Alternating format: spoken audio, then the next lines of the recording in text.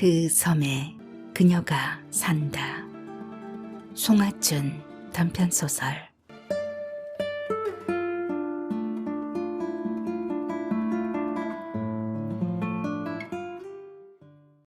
도동항에 내렸을 때 그녀는 내 이름이 적힌 피켓을 들고 바다를 향해 서 있었다. 인터넷으로 신청한 민박집 안내. 이 집에서는 아줌마를 내보내는군 생각하면서 나는 그 앞으로 갔다.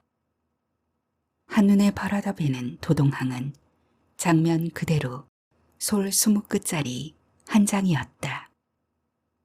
좌우로 검푸른 바위 기둥이 밑도 끝도 없이 우뚝 절벽 사이의 계곡을 나는 김삿갓처럼 걸어 들어갔다. 전에도 바위가 이렇듯 가팔랐던가? 30년 전 그때를 떠올려 보지만 기억은 없다. 여인은 내 이름이 적힌 피켓을 하늘 닿게 치켜들고 있었다. 김병수.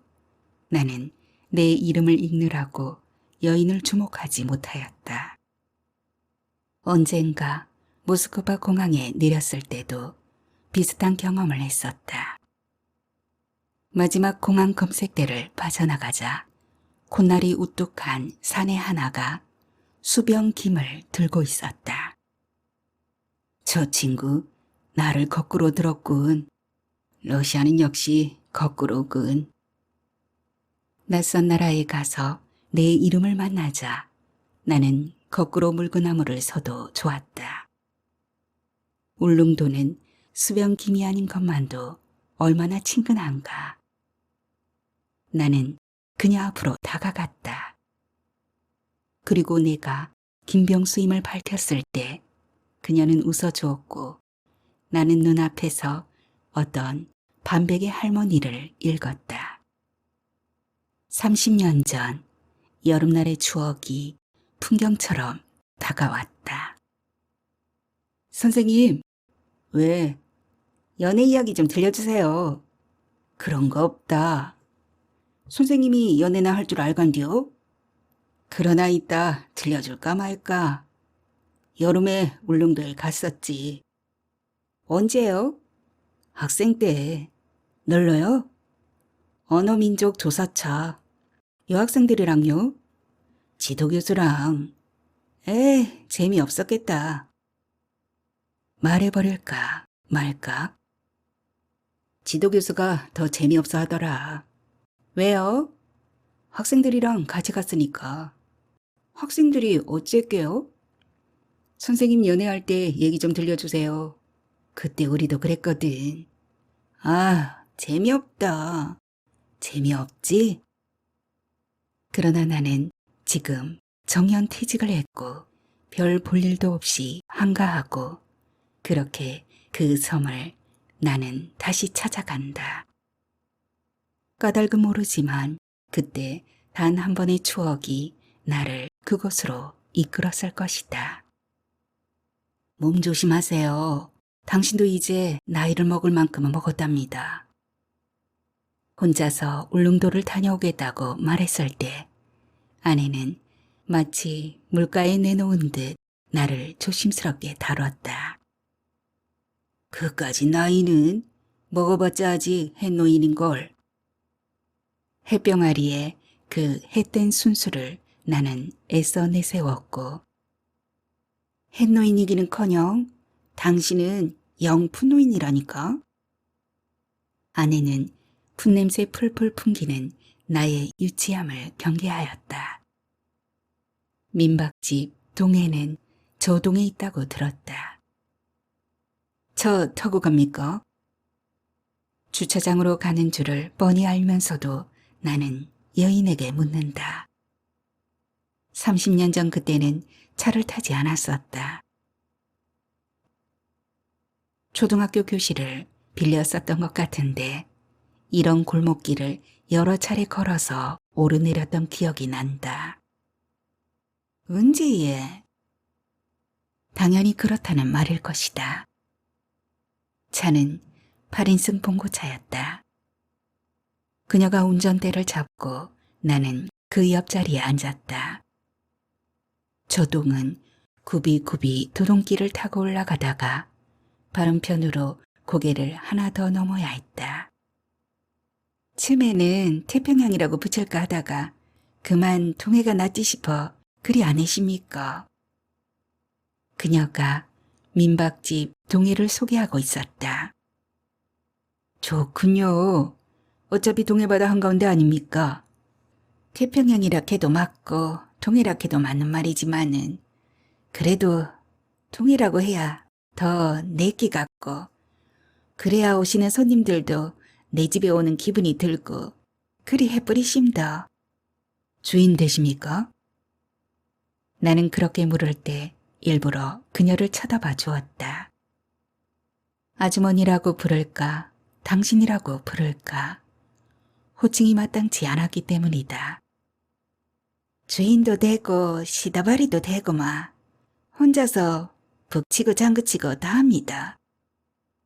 민박집 동해는 바다가 조금만 내보이는 골목길 저쪽 끝에 자리 잡고 있었다. 그리고 이튿날 나는 섬 안에 갇힌 몸이 된다. 바람도 불지 않으면서 태풍이 온다고 뱃길이 꽁꽁 묶인 것이다. 아침밥을 먹자고 부르는 소리에 잠을 깼다. 나는 두세 발짝이면 되는 여관집 마당을 후딱 건너 식당방으로 갔다. 식사하이소마. 가는 길에 아는 기척이 들려 들여다보니 어제 그 여인이 쪽마루에 앉아 종이에 풀칠을 하고 있었다. 식당 곁에 주방이 달리고 주방 곁에 마루방이 붙어 있었는데 여인은 그 방을 손질하는 모양이었다. 한여름인데 도배를 하시나 보군요. 나는 아침 인사 삼아 그녀를 아른 채 하였고 방을 하나 꾸며야 할 일이 생겼다 아닙니까? 여인은 물어주어서 고맙다는 듯 잔뜩 자랑에 겨웠다. 꼬무니가 화려해요. 신방을 꾸미시려나? 네, 결혼식도 올려줘야겠어요. 좁은 마당을 끼고 여러 개의 방들이 벌집처럼 쑤셔 박힌 집이었다.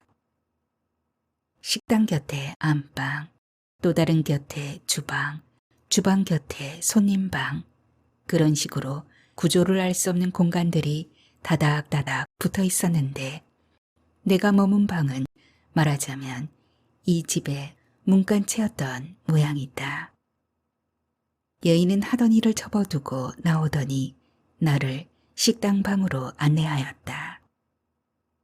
식탁은 6인용 테이블이 달랑 하나. 그나마 밥을 먹겠다고 나온 사람은 나 혼자뿐이다. 손님이 통 없군요. 죄 빠져나가다 아닙니까? 어제 도동에 내렸을 때 그때가 그땐기라 예. 인산 이내로 사람들 북적거리는 거 보셨지에? 태풍이 온다는 바람에 그만 서둘러서 빠져나가느라고들 그런 기라 예.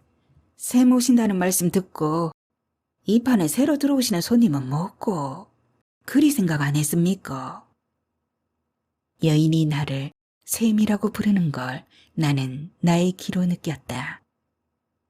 샘은 선생님의 약칭일 텐데 내가 전직 교사라서 그렇게 불렀을 리는 마무하고 그래도 손님이 나를 홀대하지 않고 점잖게 얼버무려 부른다고 부른 것이 아마 그렇게 되어 나왔을 것이다. 태풍이라고요? 언제? 망원인지 망령인지가 몰려온다지를 않습니까? 아직은 저 아래 규수 남쪽에 있다고는 하는데 바다가 저렇게나 잔잔한데도 태풍이라는 겁니까? 네. 겉보기에는 저래도 속은 엉뚱합니다. 휩쓸리면 죽어 예. 나는 창너머로 넘실거리는 바다를 보았다. 바다는 내 눈높이에서 무수한 고기 비늘 같은 햇살을 옛 이야기처럼 반짝거리고 있었다. 그럼 나도 지금 당장 나가버릴까? 그 순간 나는 내가 섬 안에 갇혔다는 생각을 한 것이다. 오대이에 못 나갑니다. 들어온 배가 없는데 어찌 나갑니까? 그럼 어떡하죠? 그냥 계시소마. 누구는 들어오고 싶어도 발이 묶여 못 들어오는 사람이 있는데 어차피 싫어 온 사람이 뭐가 걱정입니까? 그냥 마음 푹 놓고 며칠 쉬었다 가이소마. 그게 언제까지죠? 바람만 차면 금방입니다. 우리 아도 시방 배가 묶여 못 들어온다 아닙니까? 며칠 전부터 온다 하더니 이번엔 결국 망은 그놈한테 덜미를 잡히지 않았나 싶습니다. 배가 묶여 못 들어오다니 누가요? 우리 아들 말 아인겨. 나는 내가 타고 온 어제 아침 9시 배를 떠올렸다. 어제 그 배가 나갔다가 오늘 다시 들어와야 누가 들어오든지 나가든지를 할 텐데 그 배가 발이 묶여 들어오지를 않으니 누가 나갈 수가 있겠느냐 그 말일 것이다. 하물며 들어오고 싶어도 못 들어온다는 그 우리 아를 나는 더 이상 묻지 않았다. 괜찮습니다. 이런 일은 섬에서는 늘 있는 일이라예. 내 이 나이 먹도록 살았어도 당신 태풍에 갇혔소 하면 에이 덕분에 잘 됐다 하지. 누구 하나 큰일 났다는 사람은 못 받아 아닙니까? 세상에 죽고 살 일은 없는 기라. 안 되면 죽을 것 같다가도 진짜 안 되고 나면 마음이 되레 편안해지는가 보더라. 샘도 시방 태풍에 갇힌 심정이 그렇지에? 내 마음이 시방 안 그런겨? 어서 왔으면 좋겠다. 후딱 보고 싶다가도 태풍 때문에 발이 묶였다 함께는 되레 마음이 편안해지는 기라예. 조롱일까 위로일까 내시경을 보듯 남의 속을 꿰뚫어 보는 그녀가 나는 믿지 않았다. 이제부터 뭘 한다지? 나는 두 팔을 뻗어 게으른 기지개를 켰고 어차피 놀러 왔잖아요. 노세요. 어머나? 나 좀 봐. 내가 왜 이러지? 그녀가 소스라쳐 놀라며 담은 입술을 토닥거린 짓은 바로 그때였다. 샘도 서울서 오셨나요? 이런 일 없었는데 샘을 만나서 그런가? 내 입에서 자꾸 서울말이 나오네. 이게 몇십 년 만이야? 이게 무슨 말일까? 어리둥절했지만 나는 곧 알아차리고 대답했다. 서울이랄 것도 없지만 어쨌든 서울서 오기는 왔답니다. 나도 서울이랍니다. 지금은 옛날 일이 되어버렸지만 내 안에 어떻게 지금까지 서울말이 살아있었다지? 30년도 더 된 일인데. 그건 그렇고 어쨌든 태풍 타박만 하지 말아요. 섬은 어차피 심심해요. 알고 오셨잖아요. 하긴 맞죠? 그렇죠? 어차피 심심하려고 온 건데 그냥 심심하세요. 바다는 어디서고 보였다. 저 동앞바다에 떠있는 저 돌기둥이 촛대바위라고 그녀가 방향을 잡아주었다. 대문 밖을 들고 날 때는 꼭 저 촛대바위한테 눈도장을 찍어야 한다고. 조동 사람들에게 그것은 마음을 지켜주는 수호신이고 방향을 잡아주는 나침반이라고. 그녀는 촛대바위를 자랑하고 또 자랑했다. 가다가 길을 잃었어도 촛대바위에게 묻고 날씨가 험상궂었어도 그 앞에 두 손 모으기를 좋아한다. 촛대 끝 드넓은 하늘을 작은 새떼들이 흩날리고 있었다. 30년 전 그때는 뭘 봤더라? 이 지역 언어와 민속을 알아본답시고 줄지어 나리 분지를 오르던 긴 행렬, 고막을 찢던 매미소리, 향긋한 풀냄새, 어디서고 물결은 출렁이고 그리고 바다만큼이나 넓고 푸른 하늘. 서면 태아가 좋기는 좋지. 지나가는 말처럼 그녀의 가볍게 흘리는 태아 자랑을 나는 듣는다. 태아, 서면? 나는 낯선 태아를 물어 마음속에 대내고 그녀는 나를 서면 태아로 끌어당기는 말을 이어갔다. 젊었을 때 딱 한 번 우리 그이랑 헤어지려고 갔다가 못 헤어지고 돌아온 것이 태아거든. 못 살겠더라. 이 메마른 섬에서 어떻게 살아? 도망치자고 아니면 나를 놓아주기라도 하라고 마구 졸랐지. 그때 어딘가를 막무가내로 끌고 가더라. 헤어질 때 헤어지더라도 어디 가서 생각이나 좀 해보자는 거야. 그때는 길이 어디 있고 차가 어디 있어? 도동 가서 나룻배 타고 노저 가는데 곁에서 퉁퉁 울다가 보니 하늘 아래 우리 둘뿐이더라. 그렇게 내린 곳이 태아야. 맨 산이고 물뿐이지 뭐. 그래도 바다는 바다인데 그때는 왜 그랬는지 모르겠더라. 딴 세상 같더라니까. 신문지를 깔아놓은 것처럼 바다는 끝없이 펼쳐져서 나풀거리지. 졸린 듯 느린 숨을 내쉬는 물소떼처럼 느릿느릿 물 위를 떠다니는 바위섬들 하며 태고 쪽 고요가 거기 그대로 다 있는 거야. 좋더라. 주황색 하늘이 검은 바다의 물결이 되어 흐를 때까지 앉아 있었다. 그때 그 바다는 와서 노는 갈매기조차 없더라. 같은 바다라도 고기잡이 배가 떠다니고 고기 잡는 어부가 어정거려야 갈매기 떼도 날든지 말든지를 하지. 아무것도 먹잘 것이 없는 텅 빈 바다는 갈매기조차 날 필요가 없다는 거야. 물빛에 비친 바다 그늘이 고래등처럼 번들거렸다.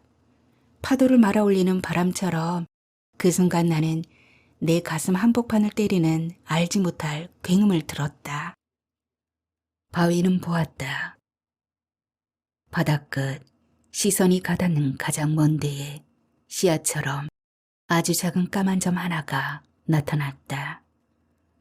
점은 세모가 되고 네모가 되고 돌멩이로 커지고 물새처럼 파닥거리고 그렇게 따스한 햇살을 온몸으로 받으며 천천히 내 앞으로 떠내려왔다. 파도는 바위에 부딪혀 깨어지고 부서지는 물거품 속에 네모난 금빛 상자 하나가 떠올랐다. 문을 열라. 아기 장수가 말했다. 누구냐? 장차는 내가 이 섬을 경영할지니 비가 오시면 나가 농사를 짓고 물때가 되면 나가 고기를 잡고 나와 더불어 온 바다가 평화를 누릴 것이다. 아가는 힘센 장사로 커갔고 어깨 위에 백두산 천지 같은 연못이 파여 있었다. 어찌 된 일이냐? 내 어깨 위에는 본래 날개가 돋아 있었다. 세상은 내 날개를 겁냈다. 이놈, 장차 모반을 할 위인이 아닌가. 죽이자, 버리자. 결국 내 날개 쭉지는 뽑혔고 나는 물 위에 버려졌다. 흘러 이 섬에 닿은 것은 내 운명이다. 나로 인하여 이 섬이 번창할 것을 나는 기대한다. 바다는 갑자기 잠잠해졌고 나는 우리 그 일을 보았다. 세상에 버림받지 않고 자란 사내가 어디 있을까? 아, 태아에 가보고 싶구나. 나는 그녀 앞에서 탯줄 같은 바다를 떠올렸고 이참에 나도 태아나 한번 다녀올까? 쌤, 나랑 같이 가실까? 샘물처럼 살가운 그녀의 목소리를 나는 들었다. 오후에 저동 해안가로 산책을 나갔다. 조심해야지 각오를 하고 나갔는데 경계할 만한 태풍은 없었다. 사람을 죽이는 바람만 아니라면 태풍은 만나보고 싶었다. 사람을 섬 안에 가둘 지경이면 따는 굉장한 바람일지도 모른다.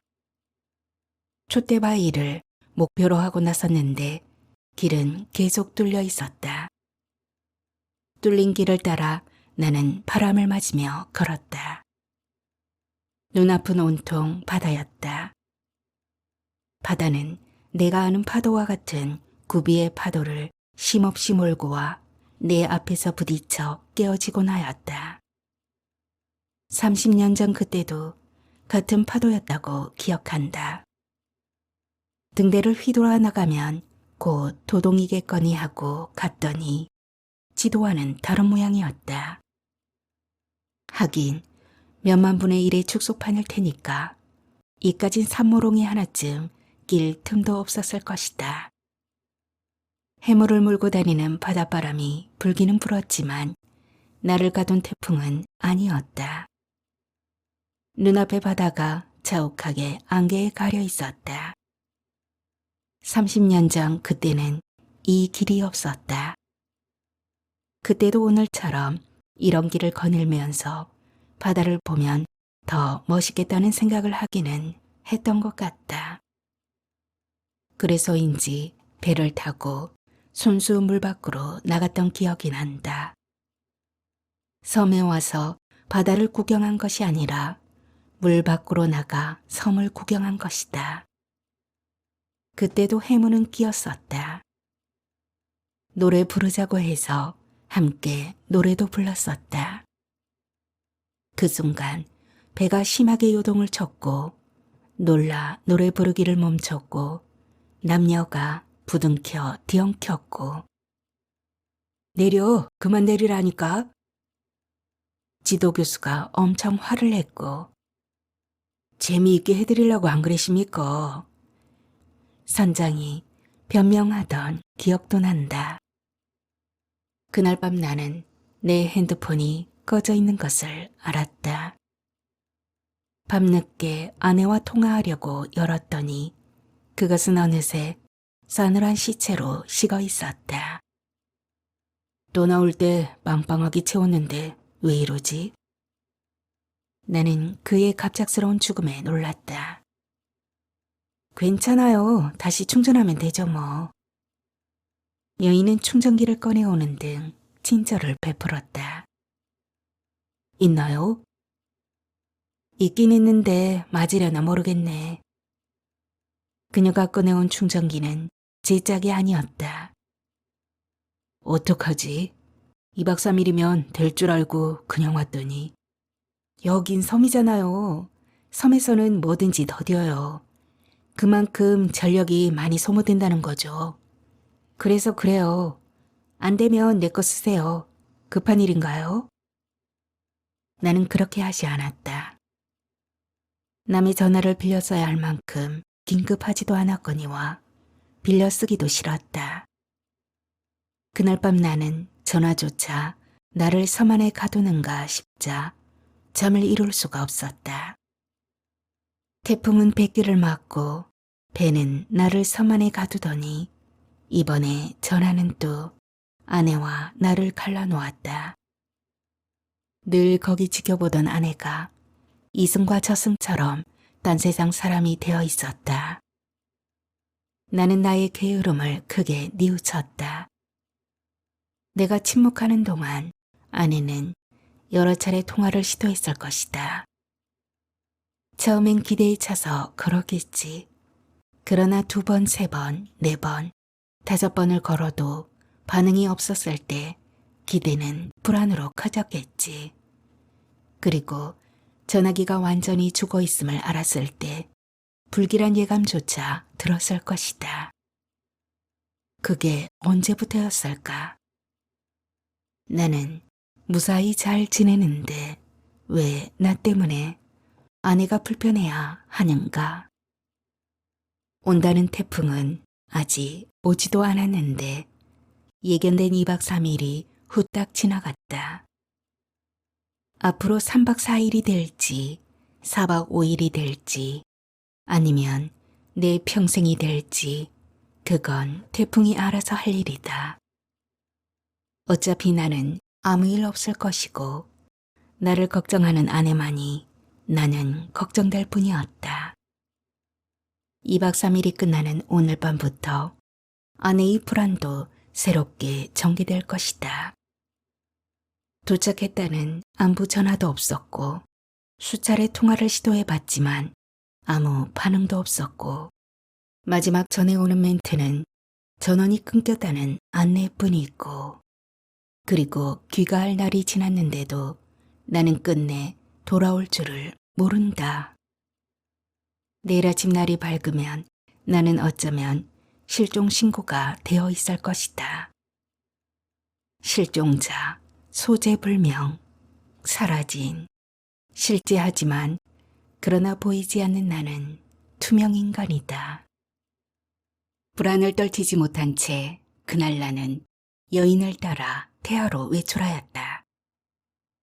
태풍 덕 좀 보자. 손님이 있는 날은 꼼짝도 못한다니까. 여인은 아침부터 도시락을 챙긴다. 새 옷을 갈아입는다. 나를 부추기느라고 들떠 지냈다. 여기서 뭡니까? 멀죠. 끝에서 끝인데 태아는 서면이야. 여기는 동쪽 끝이고. 그렇지만 차가 있으니까 내 차로 갑시다. 괜찮겠습니까? 뭐가 어때요? 내 손님 내가 안내하는데. 난 이 집 가이드랍니다. 조동 사람들은 외출을 할 때는 누구나 저동제를 넘나든다. 여인은 차를 태워 나를 고개 너머로 데리고 나갔다. 주유소를 지나 의료원을 거쳐 언덕길을 올라가다 보면 소방서가 나오고 소방서를 지나 울릉 터널을 빠져나간 삼거리에서 왼쪽으로 접어들면 도동항이다. 도동을 지나 사동으로 진입할 때쯤 여인은 어느덧 황홀한 섬색시가 되어 있었다. 울릉도는 처음이신가 보죠? 그녀가 물었고 30년쯤 전인가? 한번 기억도 안 나지만 나는 대답했다. 30년 전? 그때 내가 몇 살이었더라. 그때 이 섬은 사람 살 데가 못 되었지. 차가 있기를 하나 길이 있기를 하나 태어난 자리에서 밥 먹고 태어난 자리에서 뛰어놀고 한 발짝만 움직이려고 해도 배가 없으면 꼼짝을 못하니 이거야 원. 맨 땅에 뿌리 박고 사는 울릉도 호박나무나 뭐가 달라. 그야말로 울릉도 무감주 나무지 뭐. 차라리 갈매기라도 되면 훨훨 날아다니기나 하지. 이름 그대로 울릉도 명이나물이고 개망초라니까. 서울서 오셨다고요? 할 말이 없으니까 나는 괜한 말을 붙여도 보고 옛날에 30년도 넘었지 아마. 그녀가 지나간 세월을 더듬거린다. 이리로 시집을 오셨나요? 아니죠. 남편이 오니까 그냥 따라왔죠. 남편도 그럼 서울? 그렇답니다. 서울을 놔두고 여기는 왜 왔죠? 그러게 말이에요. 그 사람 나를 만나지 말았어야 하는 건데. 여인의 꼴깍 말 삼키는 소리를 나는 듣는다. 사동 구비길을 빠져나간 차는 어느새 직선으로 뻗은 해안도로를 달리고 있었다. 30년 전 그때는 달려보지 못한 길이다. 바위산을 뚫어 터널을 만들고 터널 입구에 서면 신호를 기다려야 한다. 빨간불이면 멈추고 파란불이면 달린다. 바다를 달린다 싶다가는 산 허리를 굽이 돌고 산 허리를 돌아 나간다 싶으면 다시 바다가 트인다. 그녀의 이야기가 바다처럼 펼쳐지는 걸 나는 들었다. 나랑 결혼하겠다고 우기자 그 집에서 아예 호적을 파내버렸더라. 서울 양반들은 아주 독해요. 요새는 안 그럴걸? 그게 무슨 멍텅구리 짓들이람? 불과 반세기 전 내 사는 동안에 벌어진 일이라니까. 우리 집이 별 볼 일 없었던 모양이야. 아, 가보고 싶은 거. 종로의 피카다리, 단성사, 명동의 뒷골목 순두부집. 우리 집은 서울역 앞에 있었거든. 둘이서 걷다 보면 어느새 경복궁 삼천동까지도 가는 거 있지? 우리 그이네가 그땐 안국동 내거리에서 한약방을 하고 있었거든. 아버지는 당신 아들이 집안에 얌전히 들어앉아 감초나 썰고 저울질이나 하기를 바랬지만 우리 그이는 영화배우가 꿈이었다. 그때는 그 사람 만나면 영화 보고 걷고 밥 먹고 영화 보고 또 보고 그게 전부였다니까. 그때 놓아주었어야 하는 건데 집에서 워낙 반대를 했거든. 그 길로 집을 뛰쳐나온 거야. 서울역에 가서 밤기차를 탔다. 날이 밝았어도 기차는 멈출 줄을 모르는 거 있지? 10시간도 넘게 걸렸을걸? 부산역 광장에서 하룻밤을 자고 다시 포항으로 가서 또 몇 날 며칠을 기다렸던가. 배표를 구했다고 좋아하면서 데리고 가는데 그게 울릉도를 가느라고 그랬던가 봐. 아, 어지러운 거. 눈을 뜰 수가 있어야지. 햇빛이 환한 대낮인데도 눈 감고 가는 어두운 배가 어찌나 울렁거리던지 뱃속에 든 아이까지 쏟아지는 줄 알았다니까. 그때 5개월이 넘었거든. 아랫배가 제법 봉긋했었다. 그렇게 반 죽어서 내린 곳이 울릉도야. 울릉도를 내가 뭘 알아? 울릉도라니까 그냥 울릉도인가 보다 하고 살았지. 그땐 이렇게 안 생겼었다. 맨 산이고 물뿐이었다. 길이 있기를 하나 차가 있기를 하나 도통 골짜기라고 배에서 내린 바로 그 동네인데 눈에 보이는 것들이 섬의 전부였다. 처음 보는 갈매기들이 초가집 자갈마당까지 올라와 놀더라. 그이는 곧 물동향을 시작했다. 오징어 잡이를 나간 거야. 워낙 착하고 힘이 장사니까 인기 좋았지. 수염 시커먼 선주들이 성금 들고 찾아와서 같이 일하고 싶어 했거든. 저동 고개라고 도동 뒷산 해송밭에다가 처음 천막을 쳤다. 언덕에서 내려다보는 저동 앞바다. 그 밤바다처럼 아름다운 것이 이 세상에 또 있을까? 바다에 어둠이 내리면 세상에 배라는 배는 모두 다 저동 앞바다로 모이는 거 있지? 집어등을 켜 어둠을 밝히고 무장한 병사들처럼 바다를 헤젓고 다니는 거야. 아, 황홀했던 거. 종로나 명동 같은 서울은 될 바가 아니었다. 그 불빛 속에서 어떻게 오징어를 건져 올린다는 것인지 새벽이면 한 그릇씩 잡은 고기를 부려놓은 우리 그이는 마술사였다. 예서 나는 죽어도 좋았다니까. 서면 태안은 볼볼 것이 없었다. 가파르지 않은 경사가 유난히 평화롭다고나 할까. 군데군데 바위돌 박힌 풀밭이 한가롭고 서양바지 언덕이 알맞게 비스듬하고 눈앞에 바다가 펼쳐져 있고 햇살은 투명하고 물결은 반짝이고. 어머, 여기 마을이 있었는데 집들이 다 어디 갔지? 여러 채웠던 것 같은데. 그녀는 잃어버린 기억을 찾아 풀밭을 사뿐거리고. 좋군요. 듣던 대로 좋습니다. 나는 내 말이 거짓말이 아니기를 바라면서 함께 기뻐해 주었다. 학교도 있었는데 분교라고 했던가? 운동장이 넓지는 않았어요.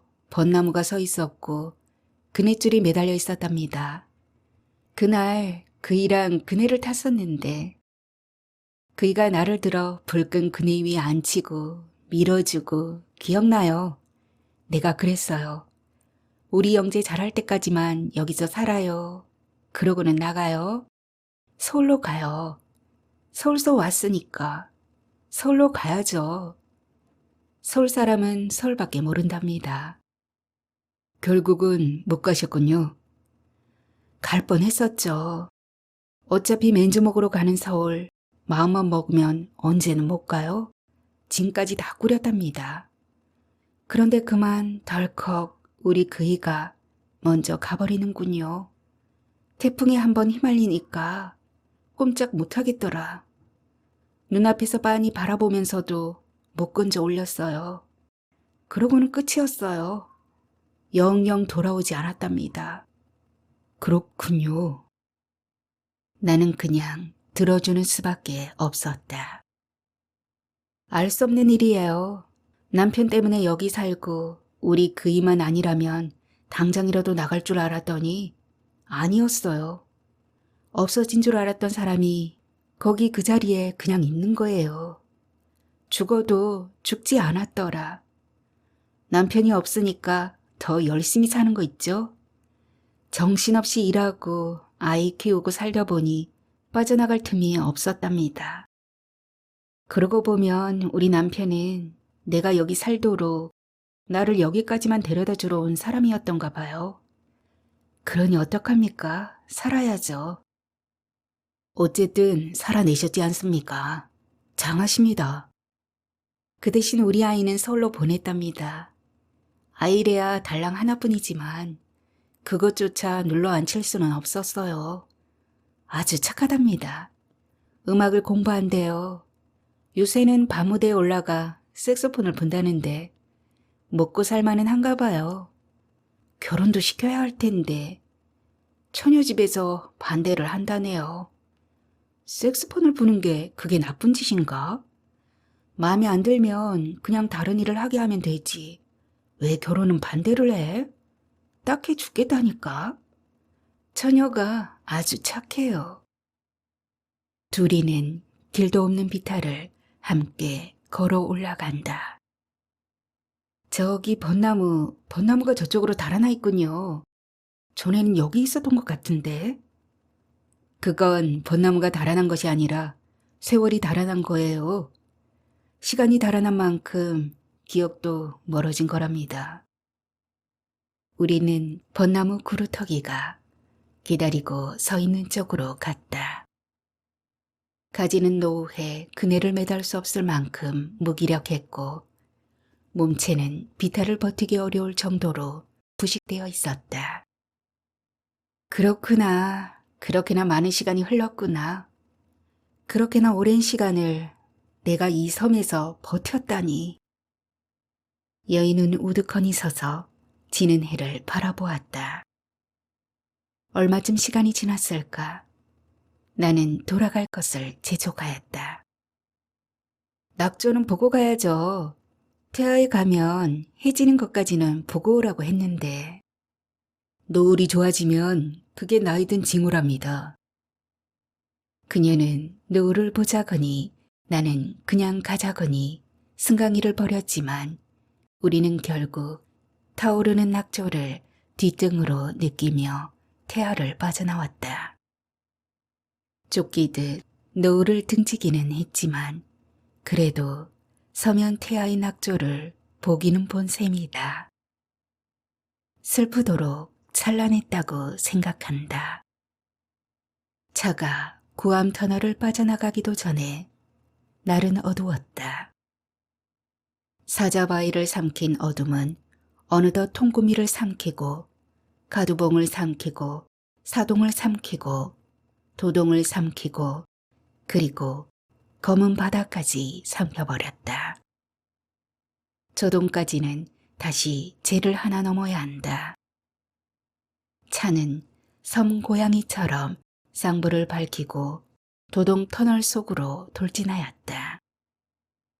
터널을 빠져나가자 소방서 건물이 보이고 의료원을 지나고 주유소를 스치고 그러고는 저동 고개다. 언덕길을 올라서자 갑자기 눈앞에 펼쳐지는 오징어 잡이 불바다. 나는 나도 모르게 탄성을 질렀다. 불이다. 불바다다. 그렇죠. 바다가 활활 불타고 있죠. 우리 여기서 잠깐만 쉬었다가 가요. 여인이 가던 길을 버리고 샛길로 차를 뺐다. 나는 바다 앞에 감탄했다.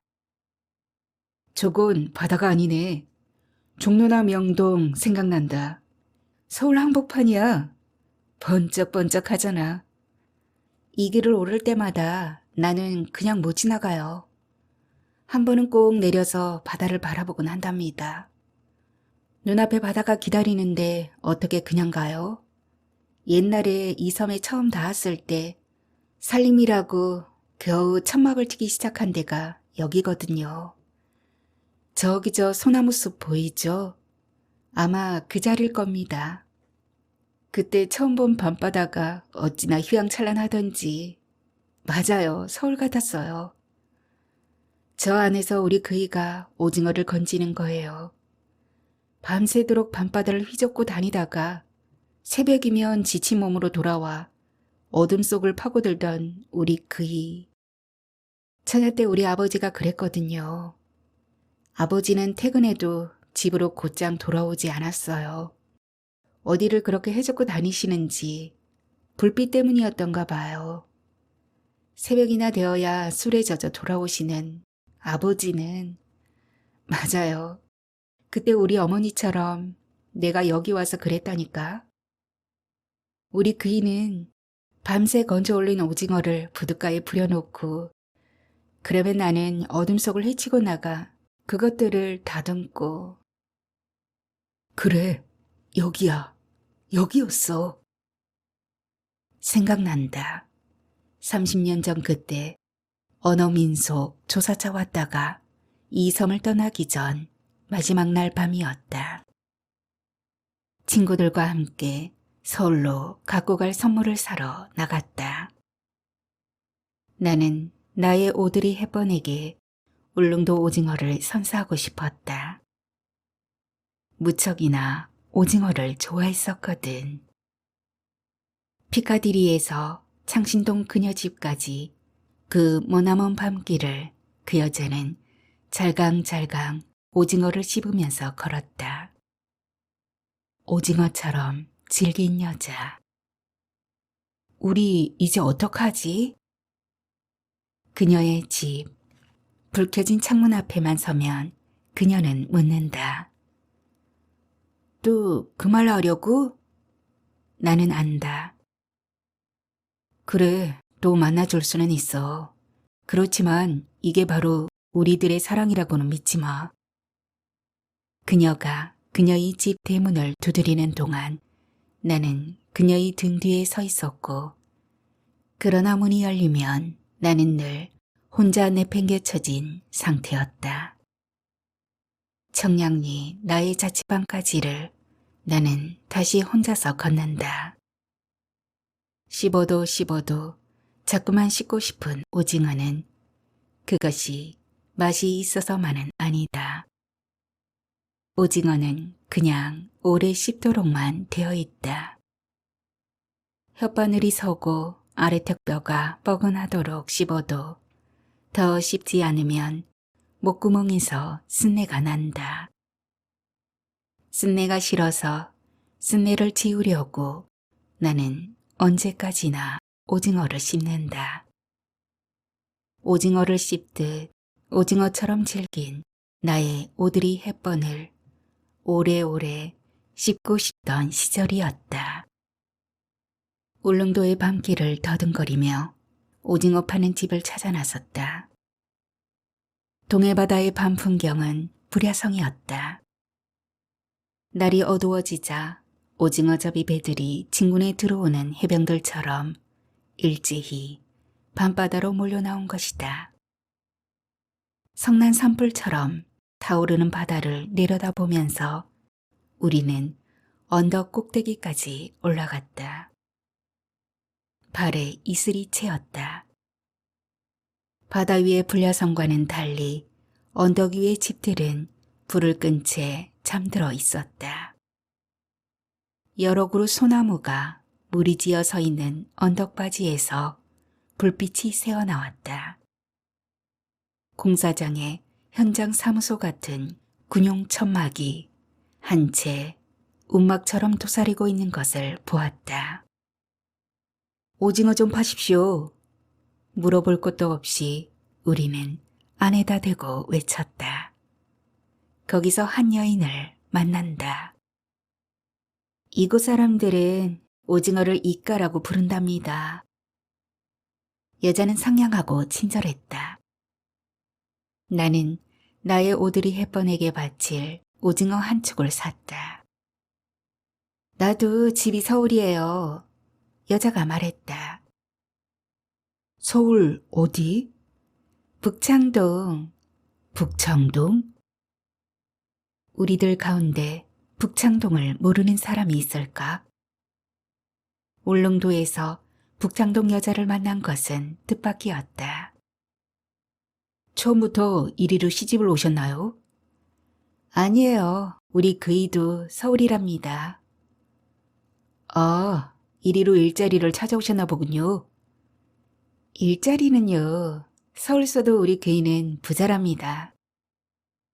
여자가 불빛 속에서 환하게 웃고 있었다. 울릉도가 좋아서 그냥? 우리 그이 집에서 나를 너무 반대했거든요. 어쩔 수 없었어요. 집을 나오는 수밖에. 어설프죠? 하지만 서울 부럽잖아요. 열심히 사니까요. 세상에 이 여자를 그토록 자랑스럽게 만드는 힘은 무엇일까? 나는 턱도 없이 이 여자의 남편이라는 사람이 궁금했다. 어디 갔지요?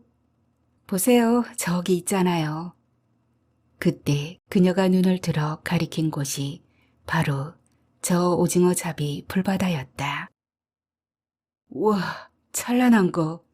저게 뭐죠? 집어등 불빛이라니까요. 저 안에서 방금 우리 그이가 오징어를 건져 올리는 거예요. 30년 전, 그때 그 자랑스럽던 여인, 그 어둠 속의 여자가 바로 이 여잔가? 여인은 하던 말을 계속하였다. 우리 그이는 아직도 돌아오지 않았답니다. 그날도 그이는 밤바다로 나갔었지요. 새벽을 기다리는 동안 나는 잠이 들었고 그 사이에 돌풍이 몰아쳤던가 봅니다. 몰랐죠. 바람은 늘 부니까. 그날도 그런가 보다 했죠. 천막지붕이 화들짝 날아가는 줄도 모르고 깜빡 죽어서 잠만 잤더라니까. 뒤늦게야 어린 것을 들쳐업고 바다로 달려나갔습니다. 바람이 어찌나 거센지 바위덩어리 같았어요. 내 몸조차 날아가는 줄 알았답니다. 물속 같은 어둠을 헤치고 팽나무가 서 있는 언덕까지는 갔죠. 그때는 저동 방파제가 없을 때였습니다. 마을 사람들이 모두 나와서 발을 동동거렸지만 그뿐이었어요. 칠흑 같은 어둠뿐이었답니다. 남편은 끝내 돌아올 줄을 몰랐어요. 우리 그이는 원래 바람 앞에 겁먹지 않아요. 태풍 그까짓 거 우리 그이 앞에서는 꼼짝도 못한답니다. 지금도 그렇게 바람과 맞서 싸우고 있겠거니 나는 믿고 있답니다. 여인은 다시 나를 봉고차에 주워 담았다. 그리고 저동고개를 넘어 달리기를 시작하였다.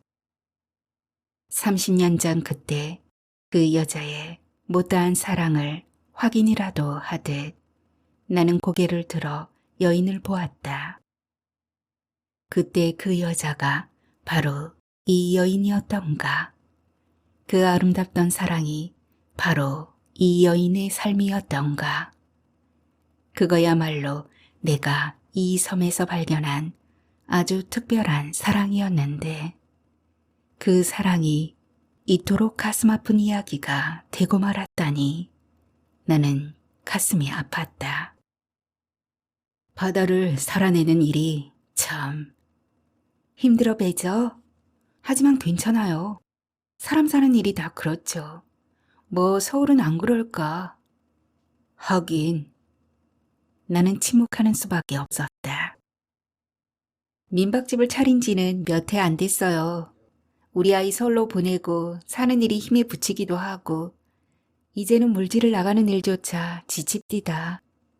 그렇군요. 잘 돼야 할 텐데. 잘 되나 마나 어차피 사는 일인걸요. 이 섬도 이제는 더 이상 오징어만 건져 먹고 살지는 않아요. 활짝 문을 열고 밖으로 나갈 거예요. 바다가 육지고 육지가 바다 된 세상 아닌가요? 서울이 울릉도고 울릉도가 서울이지요 뭐. 어딜 가서 사나 요즘 세상은 천지가 하루 거리인걸요.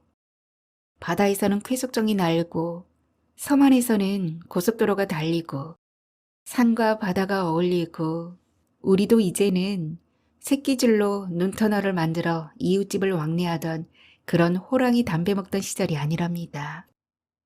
청정한 바다를 즐기러 오는 사람들이 얼마나 많은데요. 자연 속의 휴식을 취하러 오는 손님들도 많아요.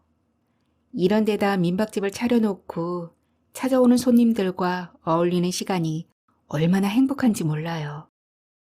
울릉도는 이제 더 이상 아픈 추억만 만들지 않는답니다. 즐거운 추억도 만들어요. 그 다음날 나는 겨우 태풍이 비껴간 것을 알았다. 아침에 눈을 뜨고도 나는 그냥 게으른 잠자리를 차지하고 있었는데 그때 안채 쪽에서 여인의 호들갑스러운 소리가 들렸다. 오늘 배 들어온대요. 오후에 나갈 거예요. 나는 자리를 박차고 밖으로 나갔다. 여인의 반가운 소식은 엊그제 도배를 하던 그 방에서 들렸다. 태풍이 끝난 겁니까? 비껴갔다나 봐요. 일본으로 갔겠죠 뭐. 쌤도 나가실 거죠? 나는 너무 기뻤으므로 농담하고 싶었다. 내쫓기는 겁니까? 아니죠. 태풍에 갇힌 사람은 샘이 아니라 나였답니다. 바람이 비껴갔다니 얼마나 좋아요. 우리 아들이 온대요. 지금 오고 있대요. 서울서는 진즉에 왔었나 본데 포항에서 그만 발이 묶였다지 뭐예요? 나는 도배하는 그 방에 새로 들 사람을 떠올렸다. 좋으시겠습니다. 방이 비좁아서 짐이나 많지 않아야 할 텐데. 혼잣말처럼 여인의 걱정하는 말을 들으면서 나는 내 방으로 건너왔다. 여인은 내 쪽을 향해 쉬지 않고 외쳐댔다. 쌤도 어서 가방을 챙기세요. 짐은 가볍죠? 양말이라도 빨아드릴 걸 그랬나? 집에 가서 마누라님한테 내놓지 뭐. 나는 그녀 혼자서 즐거워하도록 놓아둘 작정이었다. 이따가 도동까지는 내 차 타고 나가요. 나도 어차피 나갈 거니까. 괜찮을까요? 나는 짧은 순간이 남아 시차를 계산하였다. 아침 9시에 포항을 출발하면 1시나 임박해야 도동항에 내릴 텐데 그 배가 다시 나가려면 남은 시간은 고작 1시간 남짓 할 것이다. 나는 그렇게 하기로 했다. 아들 혼자 옵니까? 아니죠. 색시랑 같이 온답니다. 나는 또 한 사람, 그 방에 들 여자를 떠올리자 기분 좋았다. 그건 더 잘된 일이군요. 처음엔 서울서 못 살고 쫓겨나오는 것 아닌가 섭섭한 마음조차 없지 않았지만 생각해보니까 그럴 것도 없더라. 우선 보고 싶으니까 보면 반갑지 뭐. 오면 어미가 있고 어릴 때 저 뛰어놀던 곳인데 왜 안 오고 싶을까? 와서 눌러 살고 싶으면 살라지 뭐. 서울만 사람 사는 데인가? 와서도 색스폰은 불고 싶은가 봐. 제 나팔 소리로 천지간의 울릉도 하늘을 한바탕 와장창 울려주고 싶대나? 지희 아빠가 젊어서 그랬다니까. 쏙 빼닮았지 뭐야. 아들이 하고 싶은 짓 어미가 도와주면 좋지 뭐. 그렇게 해주고 싶어요. 시간이 되자 우리는 도동항으로 나갔다. 길이 막혀 영영 돌아오지 못할 것 같던 배가 거짓말처럼 들어와 있었다. 꾸역꾸역 밀려나오는 사람들을 향해 그녀는 쉬지 않고 손을 흔들었고 그 중에 누군가 그녀를 향해 두 손을 번쩍 들어올리는 사내가 있었다. 건장하고 잘생긴 사내 곁에 화사하게 웃음을 머금은 또 한 사람, 아가씨도 나는 보았다. 나는 다가가 사내와 악수하고 그가 던져주는 진꾸러미를 받아내렸다. 대충 정리가 되었다고 판단했을 때 나는 여인 앞에 작별 인사를 고했다. 반가운 손님 데리고 먼저 들어가십시오. 시간이 되면 곧 나도 탈 겁니다. 그녀가 내 앞에 허리 굽혀 인사하였다. 태풍한테 감사해야겠어요. 민박집 동해를 잊지 말아주세요. 나는 그렇게 오래전 울릉도의 한 여인을 훔쳐본 것이다. 태풍은 끝내 오지 않았다.